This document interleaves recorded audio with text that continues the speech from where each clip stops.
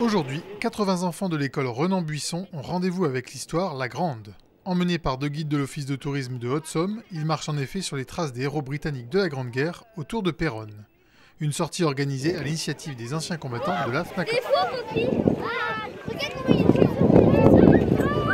On profite du centenaire de la Première Guerre pour emmener les enfants de l'école Ernest Renan sur les sites de la bataille de la Somme. Depuis de très nombreuses années, nous avons emmené des enfants à la fois à Paris, visiter les plus grands musées, que ce soit le musée Charles de Gaulle, le musée de la déportation, le Mont Valérien, et on organisait des journées pédagogiques comme ça, et ça se finissait toujours le soir par le ravivage de la flamme à l'Arc de Triomphe, et c'était, je crois, un moment important. C'est notre devoir d'entretenir tout ça. Je ne sais pas ce qu'ils vont retenir, mais étant donné aussi la qualité de leurs professeurs, qui ont travaillé en amont de cette journée, qui vont travailler après, dès demain dans leur classe, je pense qu'on peut être satisfait, nous qui avons aussi quand même participé à l'âge de 20 ans, durant près de 2 années, parfois plus pour certains, à la guerre d'Algérie, quoi.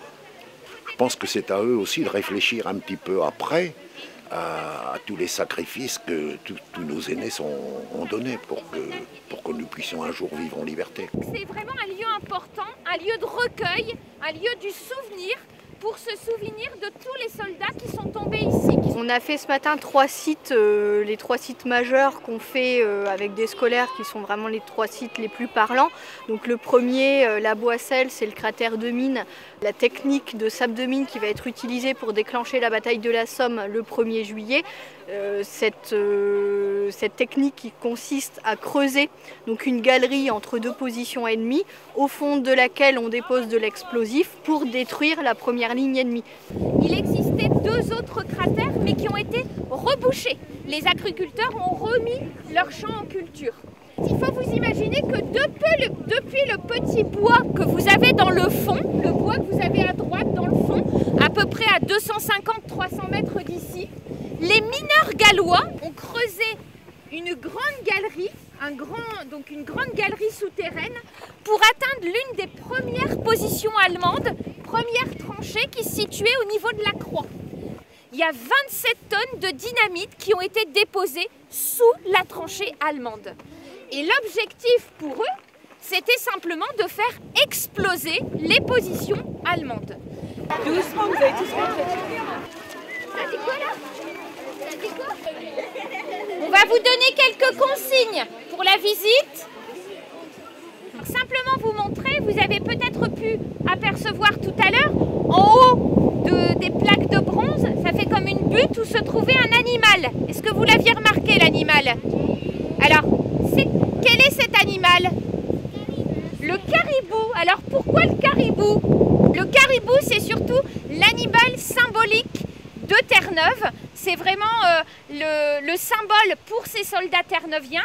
Terre-neuviens qui, comme beaucoup d'autres Britanniques, étaient principalement des volontaires. Il n'y avait pas de service militaire obligatoire chez les Britanniques avant la Première Guerre mondiale. On en a l'exemple là effectivement avec ces hommes venus de Terre-Neuve qui arrivent ici sans aucune expérience, sans préparation et qui, on imagine bien que pour eux ça va être une véritable hécatombe. Ils sont arrivés bien sûr d'une tranchée de soutien à l'arrière, mais à 801 soldats terre-neuviens, ils se situaient dans cette tranchée, au milieu des rangs britanniques, dans l'objectif d'avancer, de monter le parapet pour avancer sur le champ de bataille et atteindre les positions allemandes. Ce site-là est important aussi, ce mémorial terre-neuvien de Beaumont-Hamel, parce qu'on a préservé les vestiges de tranchées. Donc on a l'occasion de traverser une tranchée britannique, se retrouver dans le No Man's Land et comprendre justement ce système de tranchées, comment tout cela s'organisait.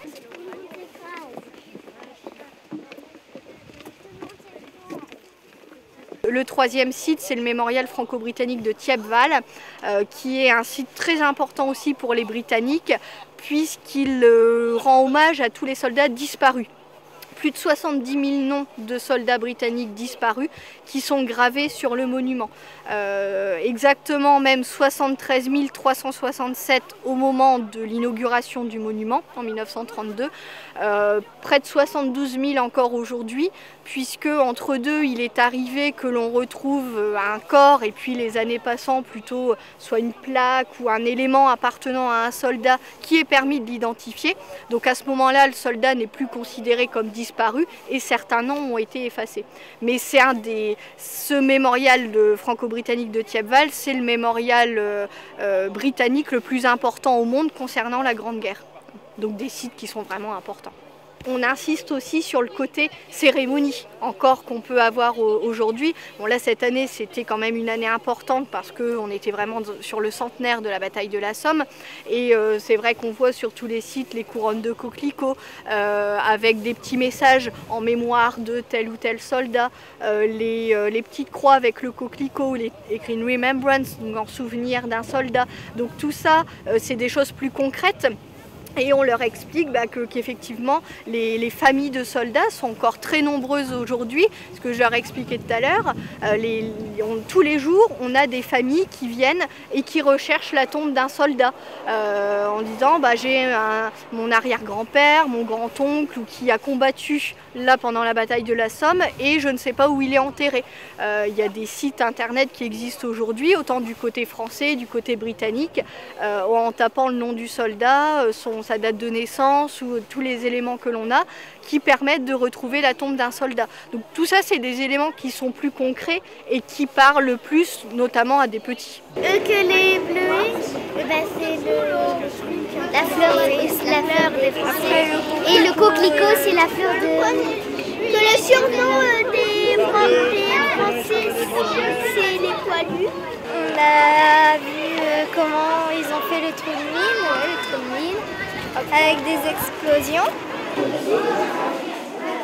La journée s'est terminée par la visite de l'historial de la Grande Guerre de Péronne, où les enfants avaient à remplir un questionnaire. Une chasse aux indices très instructive avant de rentrer à la maison. Ah, vous cherchez le soldat de quel pays il est? Et en fait, le fond français, c'est français du coup. D'accord. Parce que là-bas, il y a écrit, je sais pas quoi, allemand, le machin allemand. Donc vous avez trouvé alors? Ah oui.